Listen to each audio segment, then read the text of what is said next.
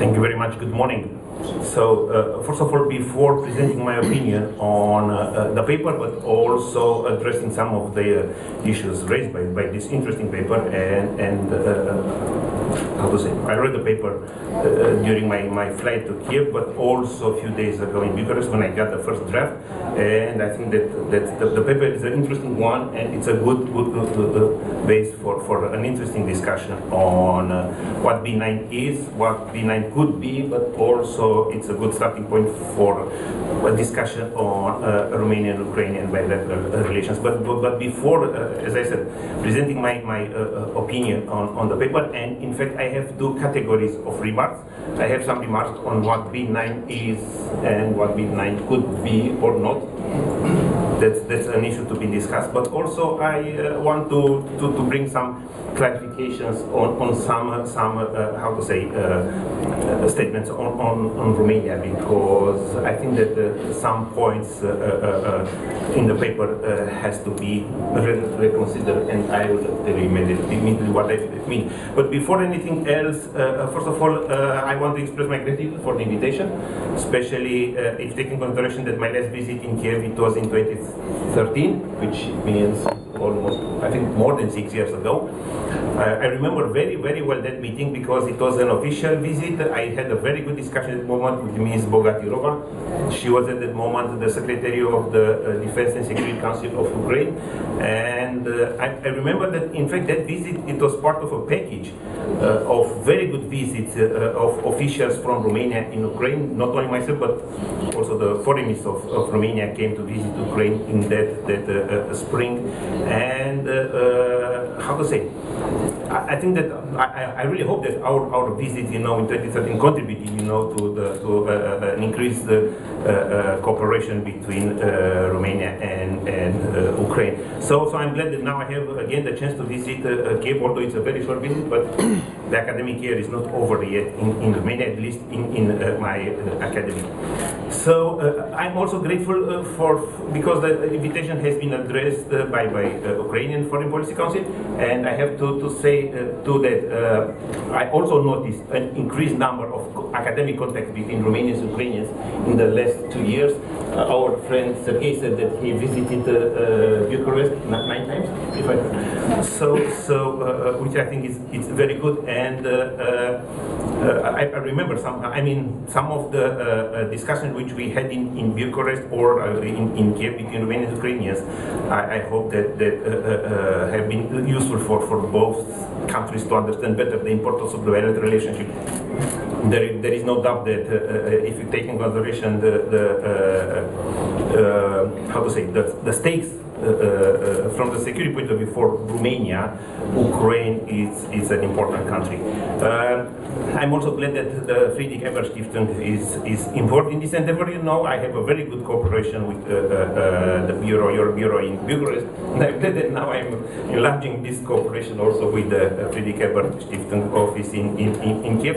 To be honest, in Romania we will celebrate in December this year 30 years since communism collapsed in Romania, and I really hope that we will draw some conclusions, from the last 30 years of evolution to democracy, and definitely, as an important conclusion, and as also I think it will be our obligation to underline the importance that the German foundations played in the democratization of Romania, but also of the region. I mean, all German foundations are very active, and they are doing a great job in Romania, and as we all can see, they do also a very good job here in Ukraine. Finally, take my words from myself as thoughts expressed by an academic, although I don't deny that I work for National Intelligence Academy. I'm not in Kiev to speak either on behalf of the academy or on behalf of any other Romanian authority. In Romania, based on the idea of academic autonomy, you are allowed to express your mind, and I do that quite often. Not everybody, people are very pleased with my ideas, but I think that's also a sign of healthy democratic life which we have in Romania. So definitely my words should be taken as very personal ones, and they don't reflect any official point of view. Now, let me say a few words about B9, because I think it's important to understand what B9 is. B9 is B9 is not a regional alliance. We don't have intentions to create any other regional alliances. For Romania, in Europe or in the Western world, there is only one alliance, and that is NATO. It's the most important alliance for us. Is, I think, the most powerful alliance in the world, and there are no intentions in Romania to create regional clubs or other regional, formats, inside NATO. On the other hand, because we share the same vision and we share the same concern or the same concerns, because here I also want to draw your attention on an aspect.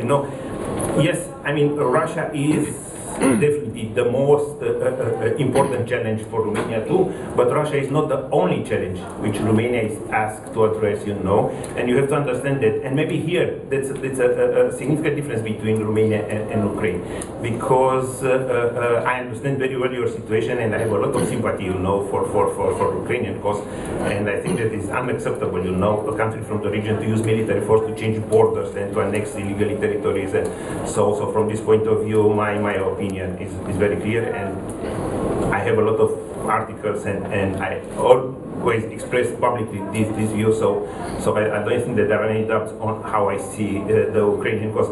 But so I understand very well why for you Russia is the only challenge. For a country like Romania, Russia is the most important challenge, but it's not the only one. And you have to understand that in NATO and also in EU, we try to address not only challenges coming from the east, but we have to address, and we are addressing also challenges coming from the south.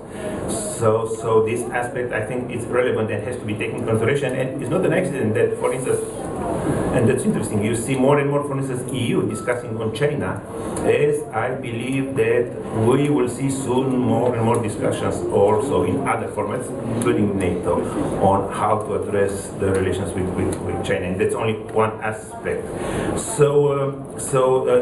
That was just a long parenthesis. So you see, B9 is an organization for countries who are already NATO and who are using, this policy initiative to coagulate more effectively, the interest of those countries within NATO.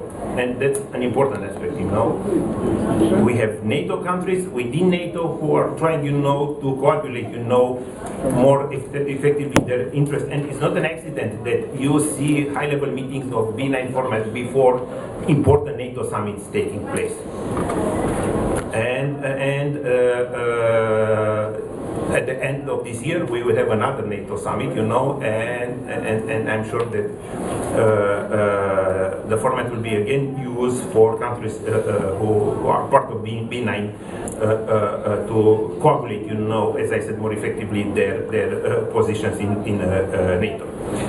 I'm not an insider, and B9 is a very intergovernmental body, so sometimes, to be honest, if there are not so many aspects to be criticized on B9, maybe there is one. Not always B9 is very transparent. Maybe I think that to the future, the format will consider, the possibility of providing more information on how things inside work. But as far as I know, for the moment, there is no intention in B9 neither to move to a B9+1 or to move to a B10 format, and I think that if somebody will try to raise this issue, I don't think that will be easy, the issue to be addressed, because from the beginning in NATO, some of the NATO members have been a little bit reluctant or skeptical, to accept the format, because as I said, in NATO, we do not like to see different sorts of regionalism, taking place and influencing negatively, the activity of NATO from inside. And it took some time until those countries, relaxed, seeing that the B9 format is not for building, a regional attitude inside NATO. So if a discussion, which we don't have for the moment, that's an aspect where I want to be very clear. Again, as far as I know, there is no country in B9 format today to address this issue of, in fact, to be honest, that's for the first time when I see somebody outside of B9, you know, raising the issue, the possibility of B9 to be transformed or extended, or how to say, with a new format. So, and as already, you know, Sergey mentioned, you know, if this issue will be raised by somebody inside B9, I think the discussions will not be easy ones, because not everybody, yes, Russia, it is a common denominator in B9, but it's not always easy to reach the same conclusion on NATO. I mean, it's also a well-known fact that in B9 there are countries, you know, who on Russia sometimes have relatively different points of view. So to get a common denominator for B9 on this, how to say, interesting idea of transforming B9 in a B9 plus 1 or B10, I think that will generate a lot of discussions. And having a NATO summit at the end of the year, I don't think that will be too much, how to say, availability, you know, for such a discussion, as long as our interest is to focus on the next NATO summit and to get as much as possible, you know, from this summit. Because also I have to tell you that I think, and again, that's a personal opinion, it is possible this summit to be the last summit very much focused on Eastern issues and mainly on China. We are living into the world where Western countries have to manage more and more also some other challenges, you know. The center of gravity is moving from west to east. China is growing, you know. There are many challenges coming from Africa and the Middle East. So you see, as long as we want all the best for NATO, it's not, how to say, feasible, and it's not rational to keep NATO focused only on Russia and challenges coming from the east.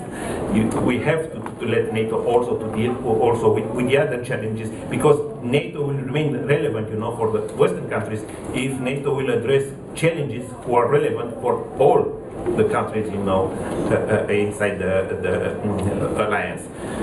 So finally, you know, the world of international relations is a very pragmatical one.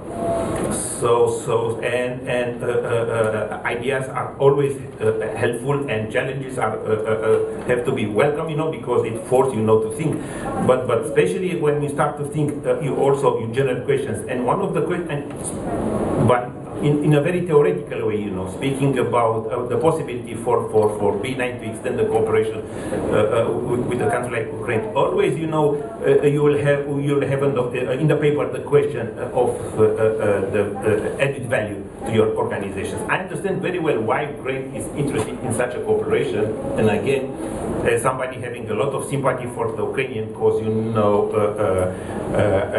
I am, how to say, I understand, you know, the logic behind. But on the other hand, it's also the question, what is the value, the added value for P9, you know? What Ukraine brings on the table, what we can, how to say, mark as supplementary benefit, as long as there are also some other instruments, some other possibilities, you know, for increasing the cooperation with Ukraine, including the bilateral one. And here, I have to confess to you that I have the feeling that we are, at least from a Romanian perspective, I don't think that we are exploiting, you know, the full potential of bilateral cooperation between Romania and Ukraine, and that's why I had a lot of openness and sympathy for an increased number of academic contacts between Romania and Ukraine, because I believe that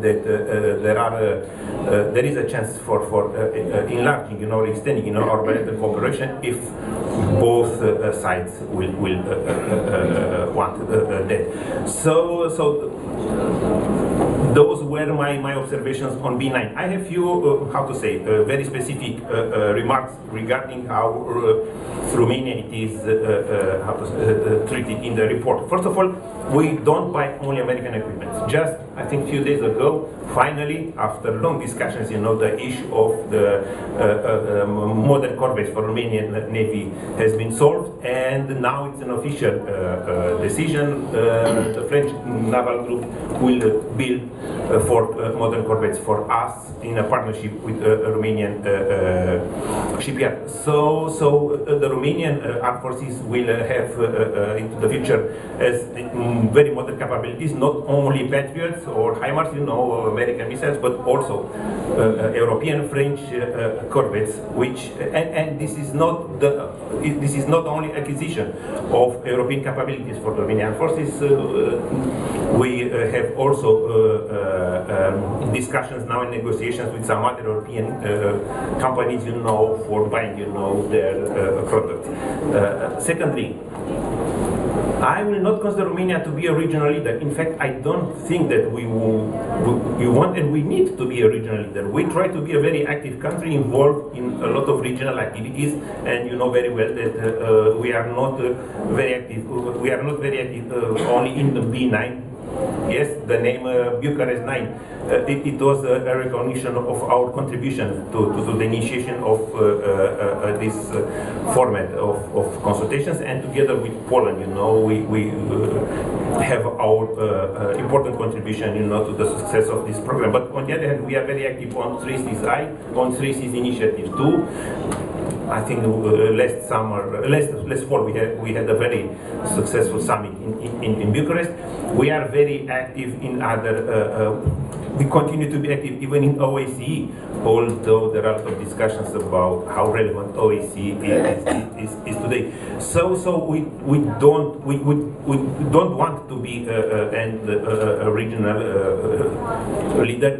It's not an easy thing to be a leader. We want only to be active, and we want to address security issues which are of crucial importance for us, in a very straightforward manner. But we are far from being a leader. And finally, I think that. I mean, we are living in a very complex world, and more countries have more balls to manage.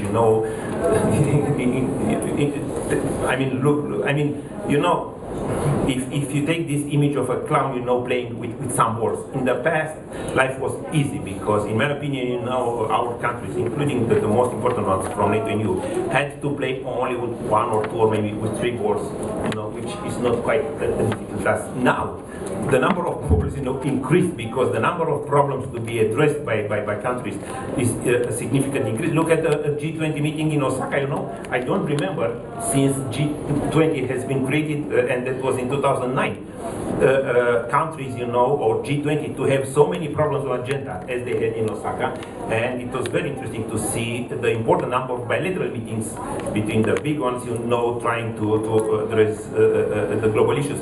Look at EU, how difficult it was to get for people, in important positions to replace the old ones, because the political fragmentation in Europe is much